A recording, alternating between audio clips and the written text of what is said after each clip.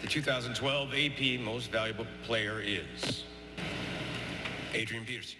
Adrian Peterson's MVP season was a work of art. 2,097 yards, one of only 7 players in NFL history to surpass 2,000 yards, 6 yards per carry, and 12 touchdowns. But what made it even sweeter was the fact he tore his ACL and MCL 8 months prior, a devastating injury for most athletes. Well, not for Adrian Peterson. There have been other top running backs that have recovered from this type of injury, but the speed at which AP recovered at is truly amazing. Coming back from reconstructive surgery after suffering a torn ACL and MCL is one thing, to come back and be the MVP and put up 2,000 plus yards defies medicine. Before we dive into his comeback story, we need to take a look at the player he was before. The struggles he faced early in life developed his resilient mindset that enabled him to have such an explosive MVP season and comeback story. So his injury was not the first time he had to overcome serious adversity. His parents, Benita Brown and Nelson Peterson, were star athletes in college. His father was a shooting guard for Idaho State, and his mother was a sprinter. His father, Nelson, would have gone pro, but a really unfortunate incident happened. Basically, his brother's gun, when it was being cleaned, went off and shot him in the leg, and that left his left leg with an infection. He recovered from it, but he wasn't able to go pro after. When Peterson was just 7 years old, he saw his brother Brian, which also was his best friend,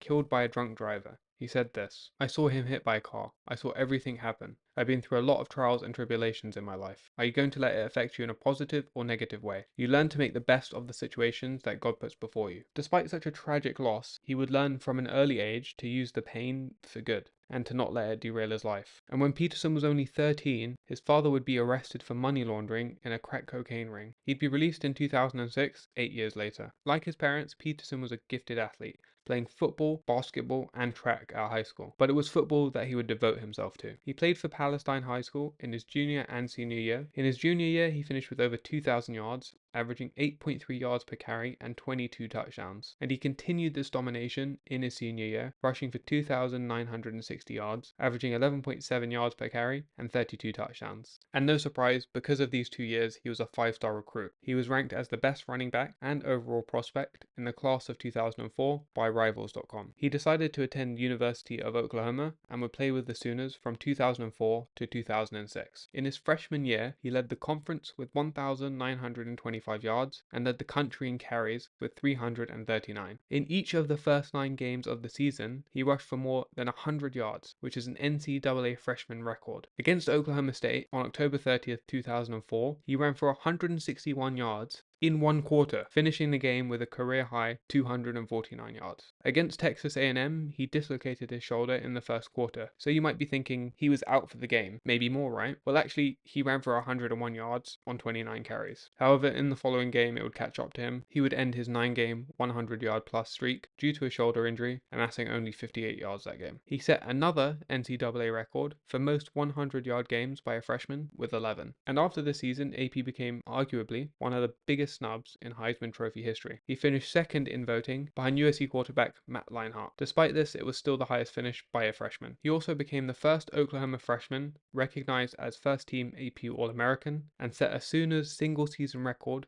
for 1,925 rushing yards. With the assistance of Peterson, the Sooners went undefeated and secured a berth in the 2005 Orange Bowl. They'd fall to USC, led by the quarterback that beat him for the Heisman, as USC focused heavily on stopping AP. He finished that game with 82 yards, but they lost 55-19. In 2005, he missed 4 games due to injury. Even with limited playing time, he was able to rush for 1,200 yards and 14 touchdowns, which was second in rushing yards in the Big 12. Second, despite missing 4 games. And Oklahoma won the Holiday Bowl against Oregon. 2006 would also be a hot start. He rushed for an average of 150 yards per game, and it was this year that his father would be released from prison, and he came to watch his son for the first time on October 14th when Oklahoma played Iowa State. They would win, but Peterson broke his collarbone on the final drive, and unfortunately this would sideline him for the rest of the season, missing 7 games, but despite that, he would still earn first team All Big 12 honors. His final game would be against Boise State in the Fiesta Bowl. He rushed for 77 yards and a touchdown in a 43-42 overtime loss. But again, missed time didn't matter for him. he finished the year with 1,012 rushing yards. His college career numbers were 4,045 rushing yards, averaging 5.4 yards per carry, and 41 touchdowns. He would have been the all-time rusher for Oklahoma, coming just 73 yards shy of the record, but the injury in his final year prevented that. He also tied the NCAA freshman record for the fewest games to reach 1,000 yards, which was 7 games, and that matched Emmitt Smith and Marshall Faulk. He crossed 100 yards in 22 of 31 career games, one shy of the school record, and he ran for 200 yards in 6 career games. So an insane college career. In 2007, he declared himself for the NFL draft. Some teams were concerned about his injuries, but the thing is there weren't any major injuries or anything persistent. He dislocated his shoulder in his first year, but didn't miss any games, a high ankle sprain in his sophomore year, and a broken collarbone in his final year. Tragedy would strike again for Peterson. The night before the combine, he would then learn he lost his half-brother, Chris Paris, who was shot and killed in Houston. Somehow, he was able to still have an exceptional combine performance. He said, "I did try to block it out, but that's not something you can block out. I just wanted to go out there and compete to the best of my ability." With a 4.38 40-yard time, a 38.5-inch vertical, and good performance in positional drills, he confirmed he would likely be a top 10 pick. He was drafted by the Vikings with the 7th pick in the 2007 draft. Peterson was rightly confident. After being drafted, he said in an interview, "I'm a player who's coming in with a determination to turn a team around. I want to help my team get to the playoffs, win, and run wild." And Peterson would hit the ground running. In one season, he would already bring the question to many minds. Is he the best back in the league? LaDainian Tomlinson was the best at the time, but given he was a rookie, for that question to even arise spoke volumes. Peterson ran for 103 yards on 19 carries in his first NFL start. He was about to be everything he said he would, and more. His breakout game was against the Chicago Bears. He amassed 3 touchdowns, and then a franchise record of 224 rushing yards on 20 carries. AP would continue to set records it's kind of hard to keep track of. It would lead Deion Sanders to say, "He has the vision of Marshall Faulk, the power of Earl Campbell, and the speed of Eric Dickerson. Let's pray he has the endurance of an Emmitt Smith." In week 9, Peterson rushed for 296 yards on 30 carries and 3 touchdowns against the Chargers. This was not only a franchise record, but also an NFL single-game rushing record, which holds to this day. And that was his second game of over 200 rushing yards, a first for an NFL rookie. Oh, and I'm not done. This game also gave him more than 1,000 rushing yards in 8 games, and that's the best 8-game stretch by any NFL rookie. He would suffer a knee injury against the Packers in week 10, but would return within a month in week 13 against the Lions and rushed for 116 yards with a pair of touchdowns. He would obviously be selected for the 2008 NFC Pro Bowl team, and he would be named Offensive Rookie of the Year, rushing for 1,341 yards, second behind LaDainian Tomlinson. Going into 2008, you might ask, would Peterson be able to continue such a phenomenal start to a career? Yeah, he had over 100 rushing yards in 10 games. He finished the season with the most rushing yards in the league at 1,760. He'd also be selected to the AP All-Pro team, and the Vikings would finish the season 10-6 and face the Eagles in the wildcard round. AP would gain 83 rushing yards and 2 rushing touchdowns, but the Vikings would lose 26-14. In 2009, Hall of Famer Brett Favre arrived in town. Given he was 39, AP was still going to be the star of the show, and star he was. He opened the season by rushing for 180 yards on 25 carries and 3 touchdowns, which, surprise, was another record. This time it was a Vikings franchise record for rushing in a season opener. He would complete the season with 1,383 rushing yards and a league-high 18 rushing touchdowns. The Vikings would make a run in the playoffs. They beat the Cowboys 34-3 in the divisional round. AP had 63 yards, but then they'd lose to the Saints in the NFC Championship game in overtime, 31-28. Peterson rushed for 122 yards and 3 touchdowns. Peterson again was not slowing down in 2010. In his first 3 games, he recorded 392 yards and 3 touchdowns. In week 6, he surpassed the 5,000-yard career rushing mark, which would be tied for the 6th fastest. He finished the year with 1,300 rushing yards on 283 carries and 12 touchdowns. After this season, Peterson was voted as the 3rd best player and top running back on NFL's Top 100 2011. So after such a dominant start to his career, he signed a 7-year extension with the Vikings in 2011 for $96 million.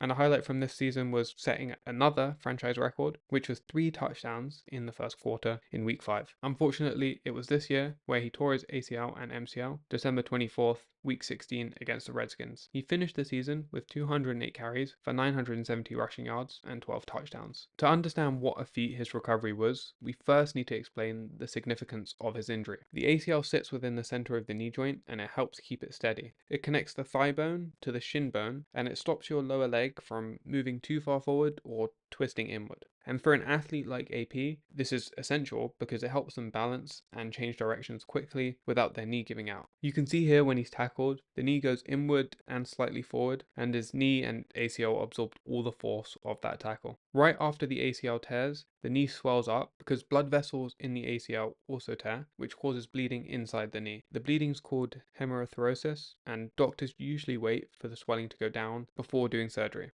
And that can take weeks. Sometimes doing surgery right after an ACL tear can actually make it harder for the knee to move well later. But Peterson had surgery for ACL reconstruction 6 days after his injury. Of course, this was all done under supervision of doctors, so he was ready, but it's crazy that he recovered for surgery so quickly. Like I said, sometimes it can take weeks. During the surgery, doctors replaced the torn ligament with a piece of tendon from another part of the body. That piece of tendon is called a graft. After surgery is performed, it's a long road to recovery. Rehab can take months just to return to normal activity, and playing football is certainly not normal, so that takes even more work. But Peterson's quick surgery meant he could start on this road to recovery sooner than usual, and with his focus and dedication, he was able to return 8 months after his surgery. Now, his stated goal was to return by week 1 of 2012, but many within the Vikings organization knew that was really optimistic and it was AP just being AP. They would have been content if he just played a handful of games in 2012 and thought resting 2012 and returning 2013 was also a good course of action. But as we've seen, and will continue to see, AP is a different kind of animal. Peterson was actually there for the team's first off-season workout in early spring of 2012. He was still early in his rehab, but still. Leslie Frazier, who was the Vikings head coach, said, "What I remember is just how far ahead he was compared to where they expected on each visit. Every time he was always so far ahead of where people thought he should be at that stage. He's a freak in so many ways." He returned to the league with force. He started in the opener just 8 months after surgery and had arguably the greatest season ever for a running back. He finished 9 yards short from breaking Eric Dickerson's single season rushing record on 31 fewer attempts. Oh yeah,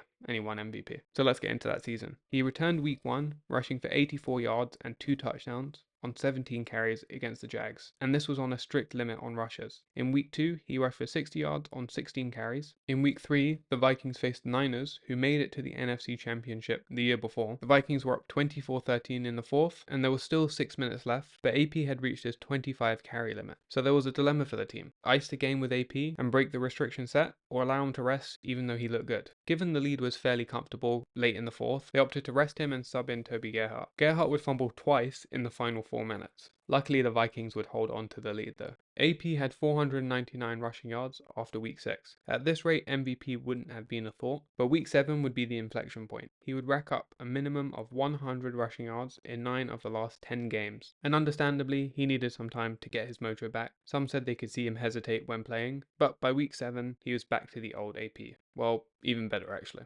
Week 15 was a particularly special game. He ran for 212 yards in a Vikings 36-22 victory over the Rams with a special 82-yard touchdown in the second quarter. By the time week 16 rolled around, Peterson was only 293 yards off Dickerson's record. Unfortunately, week 16 would be the only game of the final 10 where he didn't eclipse 100 yards. He'd finished with 86. Going into the final game, the thought of the record was in the back of everybody's minds, and this resulted in AP trying to do too much. I was kind of pressing once the energy came about breaking Eric Dickerson's record. I felt myself pressing. In the final game of the season, against the Packers, the Vikings needed a win to clinch a playoff spot. It fell on December 30th, a year removed from his surgery. He needed 208 yards to break the record, but he'd come 9 yards short of the record. The Vikings would win and make their way to the playoffs, and AP would finish the game with 199 rushing yards. In December alone, he rushed for 861 yards, the most for a single month in NFL history. And Peterson's return was felt because the Vikings went from 3-13 to 10-6 and in the playoffs. He'd be ranked the best player in the NFL Top 100 2013 and of course win the MVP. He was named to his 5th career Pro Bowl and his 3rd first-team All-Pro.